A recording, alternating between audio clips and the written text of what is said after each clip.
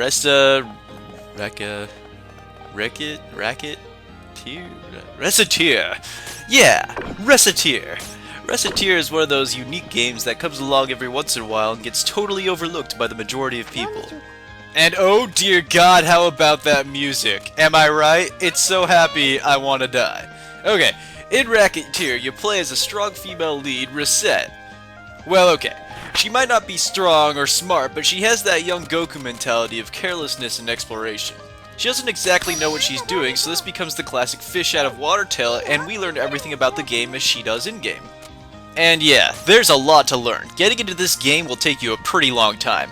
I might even say unnecessarily so. The premise of the game is simple enough. You play as Recette, an orphan-turned-item shop owner who must master the art of buying and selling to pay off the bills. Isn't that heroic? So it might not be some epic quest, but hey, it puts you into a situation you've probably never been in before. Well, at least in video games. After I read the concept of the game, I thought it was actually pretty interesting. You're basically playing an RPG shop clerk, and they make it cool enough by adding new objectives and items to the game over time. Not to mention, there's a ton of things to collect throughout the game to make your shop bigger, look different, and hold more items so that you can keep bringing in the dough. Alright. So the story is that Recette's father has disappeared after going on an adventure and is thought to be pretty much dead. All the bills are still piling up though, so this fairy named Tear comes representing the term finance company to collect. Tear, after seeing the situation, tells Recette to reopen the shop to pay off her father's debt. Thus, Recettear is born! Now it's time for tutorials on how to do everything.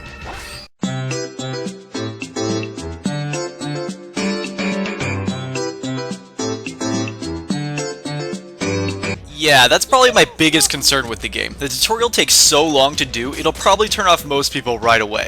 That doesn't mean that tutorials are doing anything wrong, actually it's kind of the opposite. It's all information you're going to need at one point or another. Like for example, there's a tutorial on buying and selling items from a general store. Now you might think that this is really simple, but it will also tell you how there will be special sales on certain items. And that will be the time to really pay attention because you might want to stockpile some of those items while you can get them cheap. And that's all pretty logical, but the game also explains that these items might not rebound for a very long time, and you always have the threat of bills to pay, so it's not super wise to blow all your money on cheap items just because you can. And that's actually a good point to bring up. This game is actually on a makeshift timer, which for me is usually a big turnoff from a game.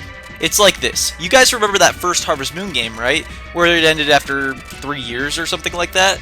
Well, think of this game kind of like that. You have a limited time to do all your business before the bills have to be paid, and at that time they deduct from your money regardless of if you have it or not. If you don't have it, the game's over. So you're really in a time crunch from the very beginning. It's not all bad though, because when you do lose, you do start over, but you'll have access to the items that you had from your store or in your inventory from before, so you can get a good head start on the new game. I'd actually be really impressed if somebody made it to the end of the game without having to start over at least once.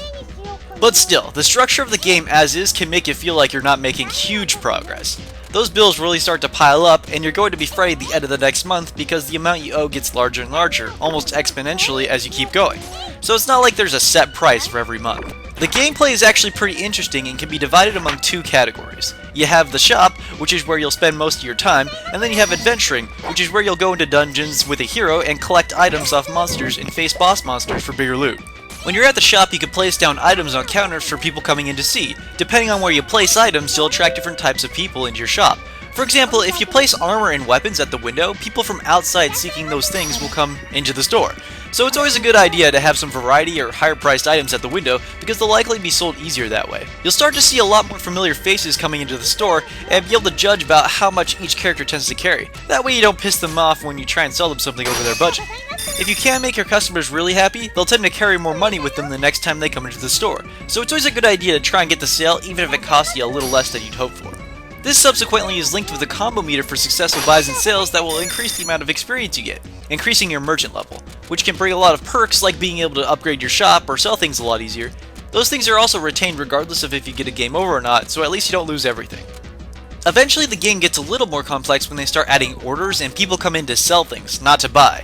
And these are a part of your combo as well, so if you forget about an order or you didn't buy something off someone, then your combo will be broken and you'll get less experience. The second part of the game has to do with dungeon crawling. The only way to do this is to go to the Adventurers Guild and get a hero to actually take you into these areas. You start off with a warrior-like guy named Louis who will be your starter hero for quite a while. You'll take your hero into dungeons where you'll have direct control of them and go through different floors, killing monsters in the hopes of getting a variety of new items. You only have a limited inventory space though, so you have to think about what you actually want to bring out of the dungeons. Eventually you'll recruit some new heroes who will have different abilities that you'd normally see in an RPG game. They don't come along for quite a while though, and they'll usually not be as high of a level, so you'll be sticking with your main dude Louis for most of the time. After you're done dungeon crawling, you can go back to the Guildmaster and combine certain items to make better items, which sell for a lot more money, and that's how you're going to be making those insanely high quotas later on. There's actually quite a lot of content packed into this little game. Delving into and discussing it would take a lot of time. If there's anything that you should get from this review, it's that this game is fun. It takes an idea that sounds like it wouldn't be too exciting, but surprises you by creating a really enjoyable experience. You'll start to memorize characters and how much money you can get out of them, and act like a true pro at the game, buying and selling everything you come across. You'll feel like you're on Pawn Stars or something, and if that's a concept that's interesting to you, then you shouldn't pass up this game. After you get past those long tutorials and get into the core game, you'll be buying and selling like a champ, and eagerly be awaiting that next big find.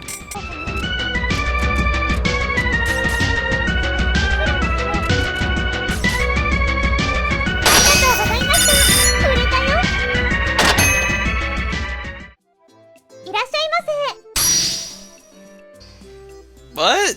What? He's trying to sell me a sandwich? What the? His grandmother told him to sell me a sandwich? You kidding me? It's disgusting! Man!